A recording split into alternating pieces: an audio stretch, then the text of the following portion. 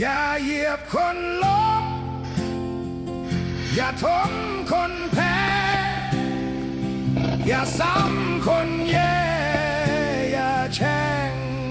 คนจนวันนี้เขาอาจล้ม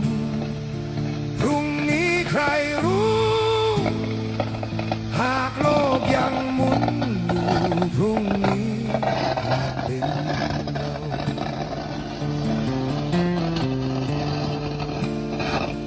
บางคนเสียหลัก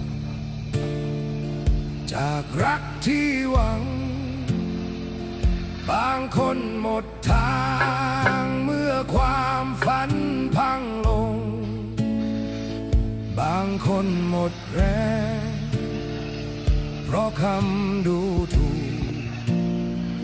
เหมือนหอกทิ่มแทง